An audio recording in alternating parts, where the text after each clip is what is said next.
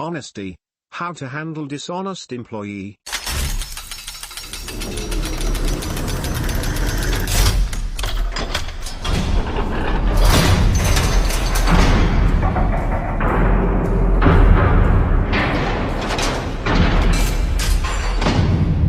Hey all.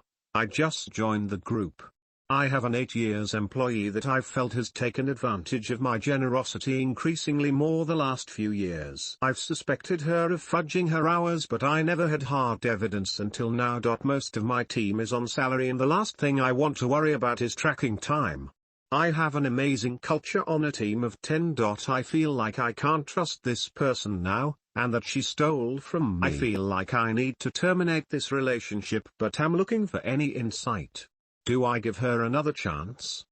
Sent from ISMN 950U using Taper. Is she really good at what she does?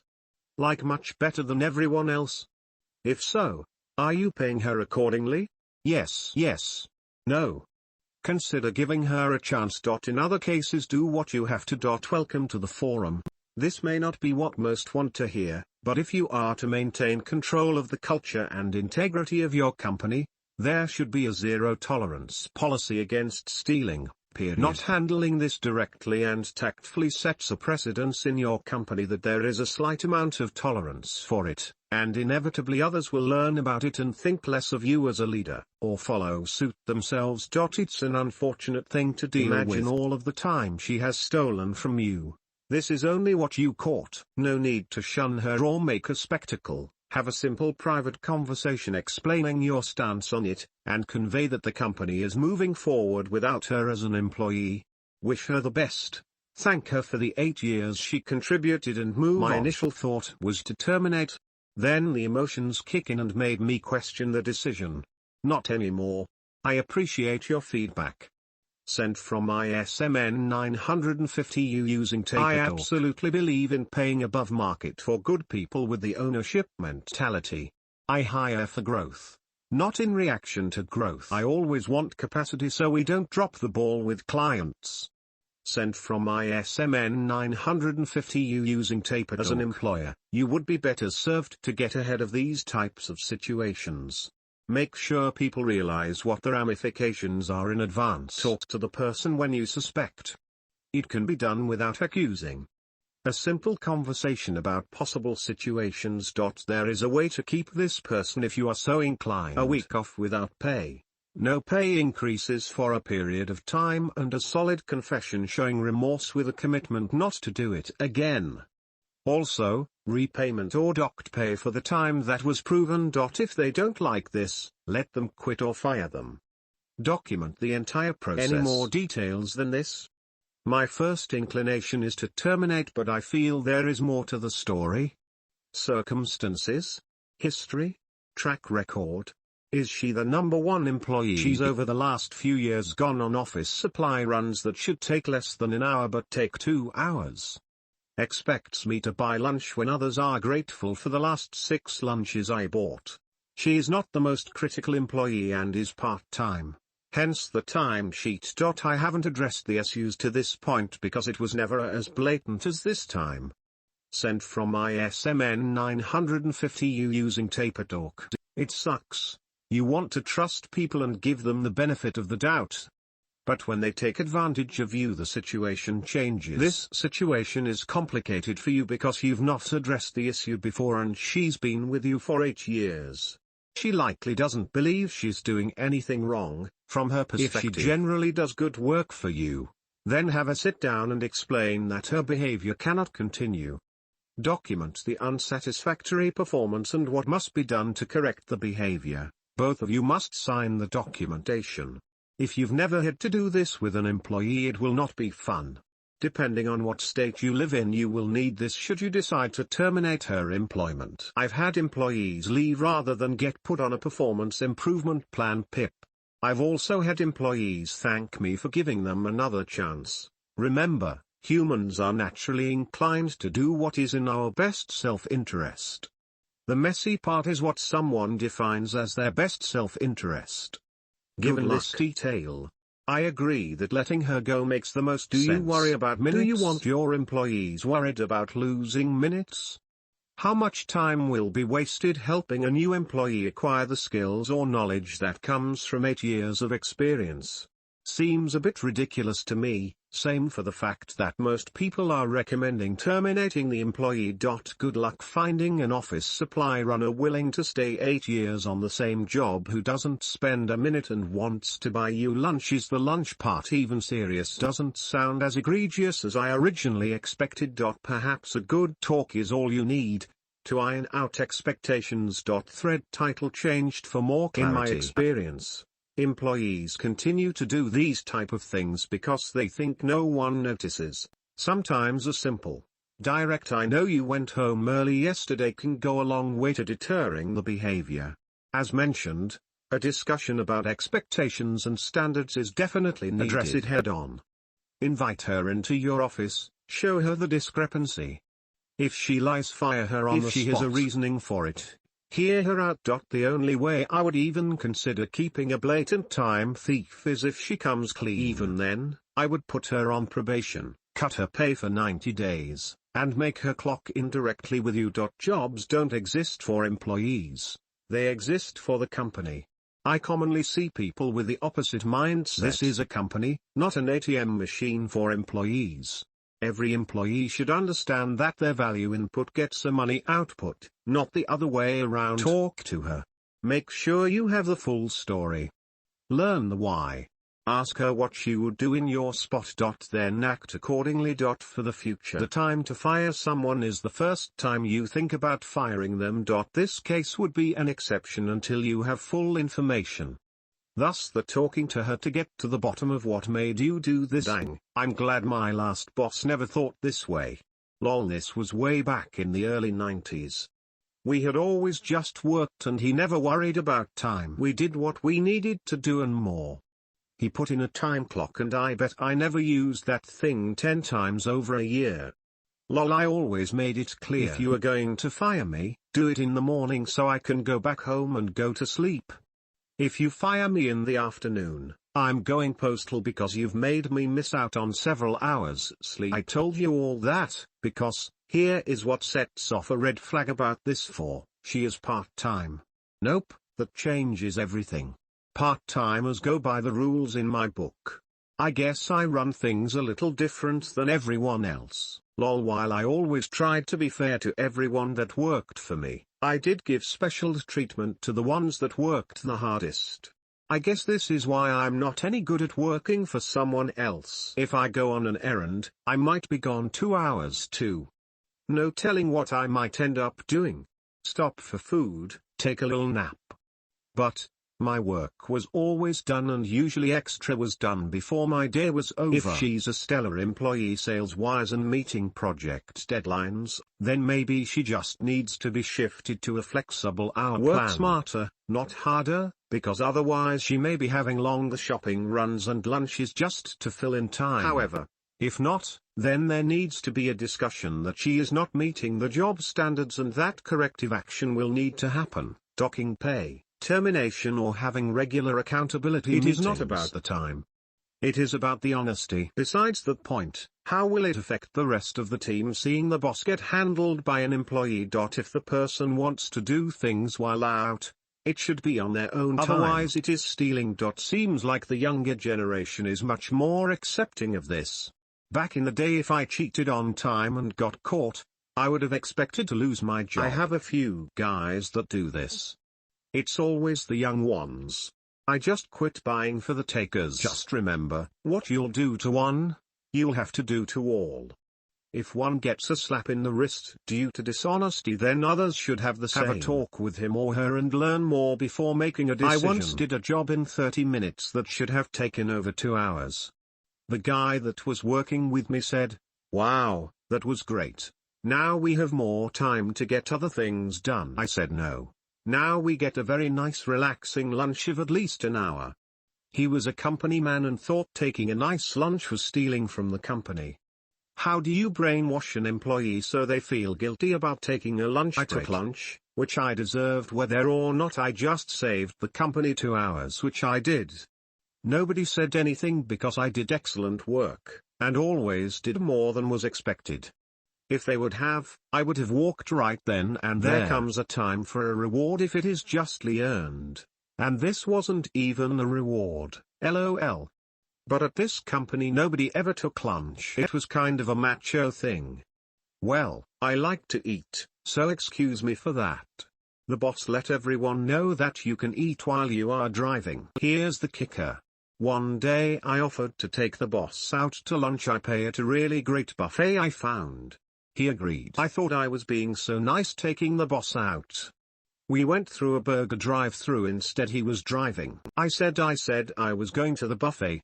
He said we don't have time for that, there's work to be done. And it's best to not eat too much because then you don't work as hard. I didn't work there very long. He lost a great worker, I lost a shitty job, and he has had a lot of trouble finding and keeping good workers ever since. It goes both ways. That's okay. I was there to learn and earn, so I could improve my skills, which I did, so I went along with the games. For this situation, I might even go as far as taking this stealing employee out to lunch to discuss this, with the full intent on keeping her, and possibly even promoting her. If she is that good, of course. Good people are hard to find.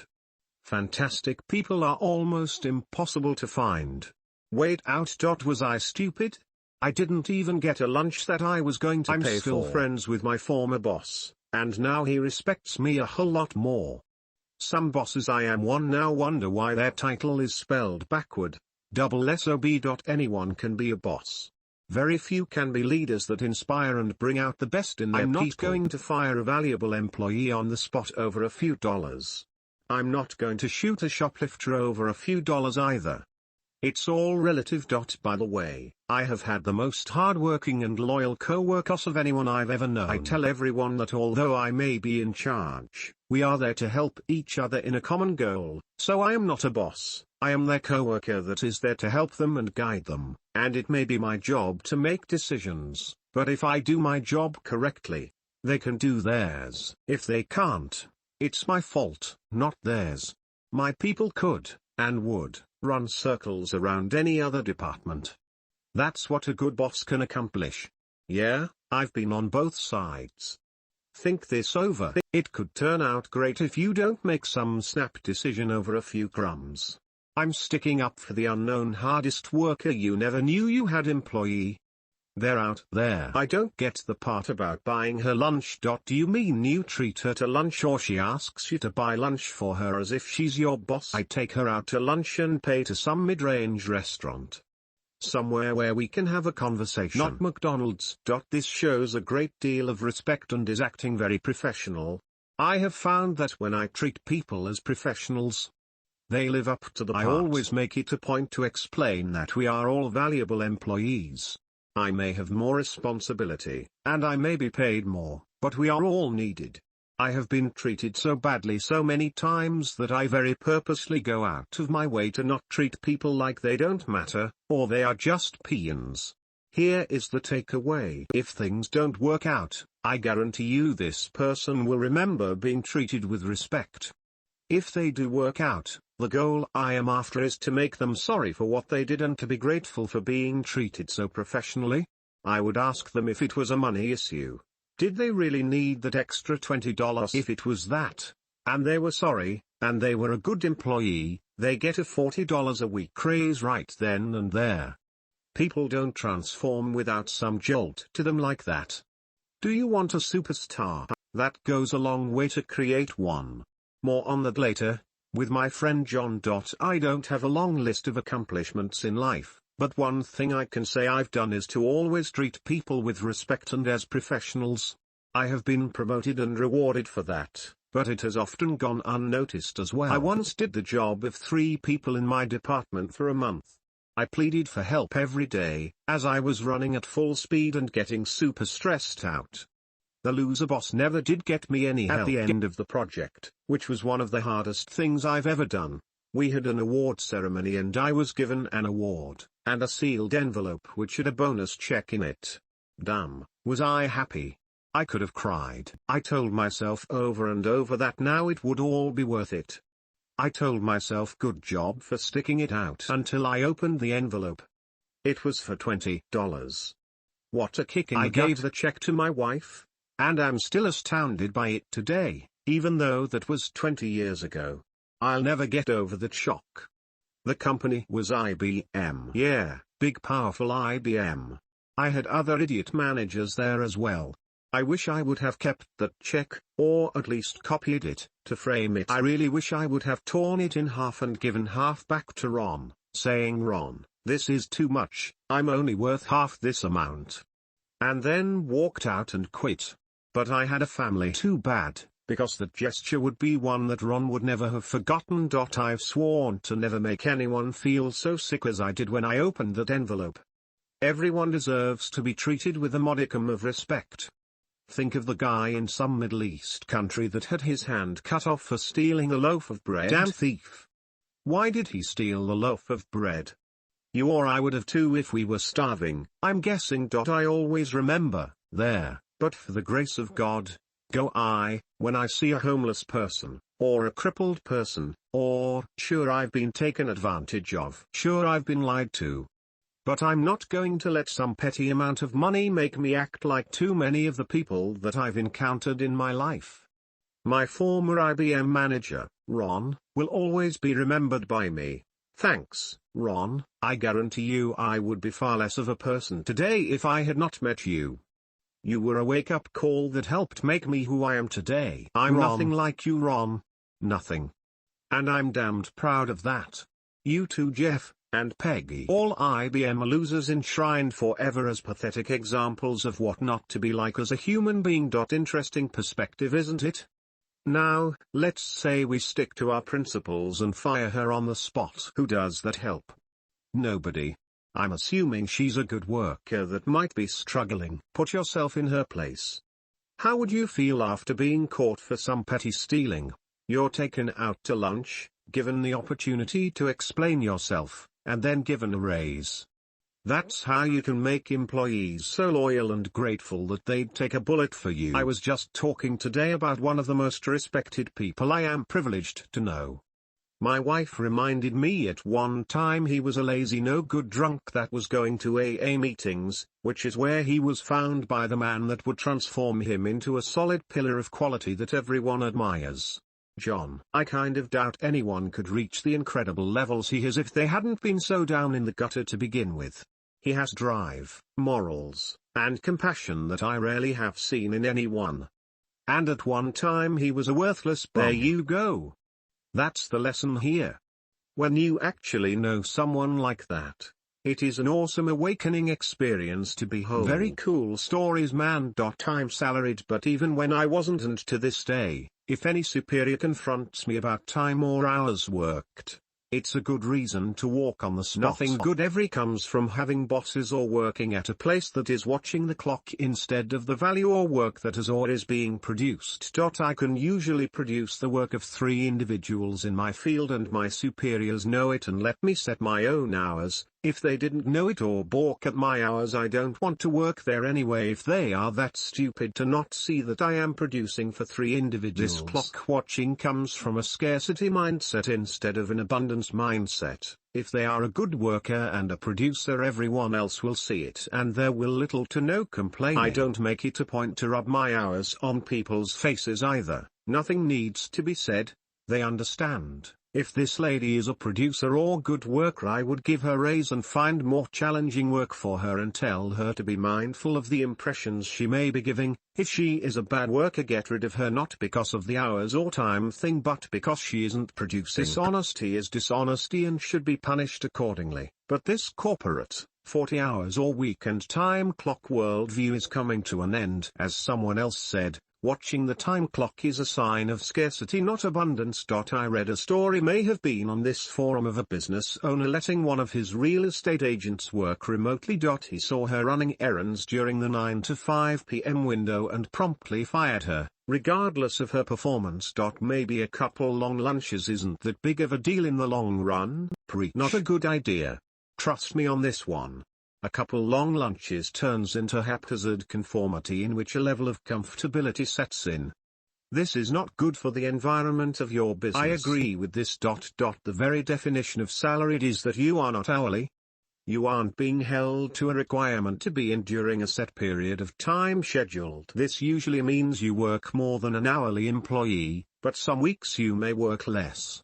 My policy is this: if you can get everything you need to get done at a high standard of quality, consider that extra time a bonus. Otherwise, it's just finding something to complain about. Now, if quality of work is the actual issue, then that needs to be vocalized. I would sit her down and just have a good conversation about what you feel is happening, or what the situation looks like. Without evidence of her stealing, firing her would not be right. A lot of things could be going on.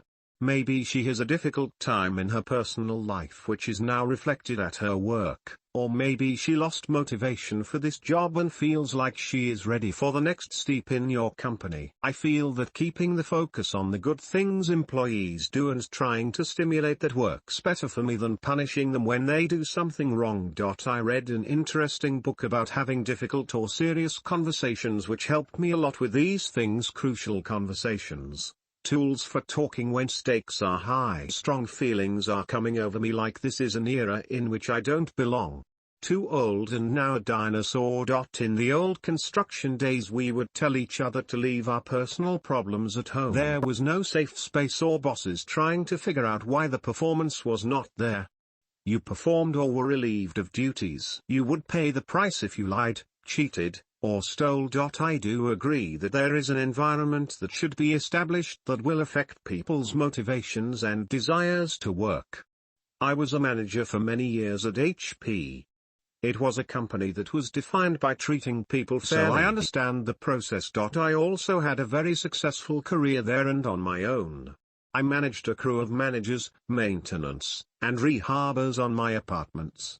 With great result. We have 30 employees at the golf course. We have tolerance for people going through issues. But, don't lie, cheat or steal. It is not the company's job to make people perform. Where is the personal responsibility? I agree 100% that it should be like that. Feels like people now care more about performing in their virtual life rather than improving in real life. There's no emotion with money. Have a conversation with her. If she doesn't change right there and then set an example and fire her. This doesn't sound like a terribly big deal.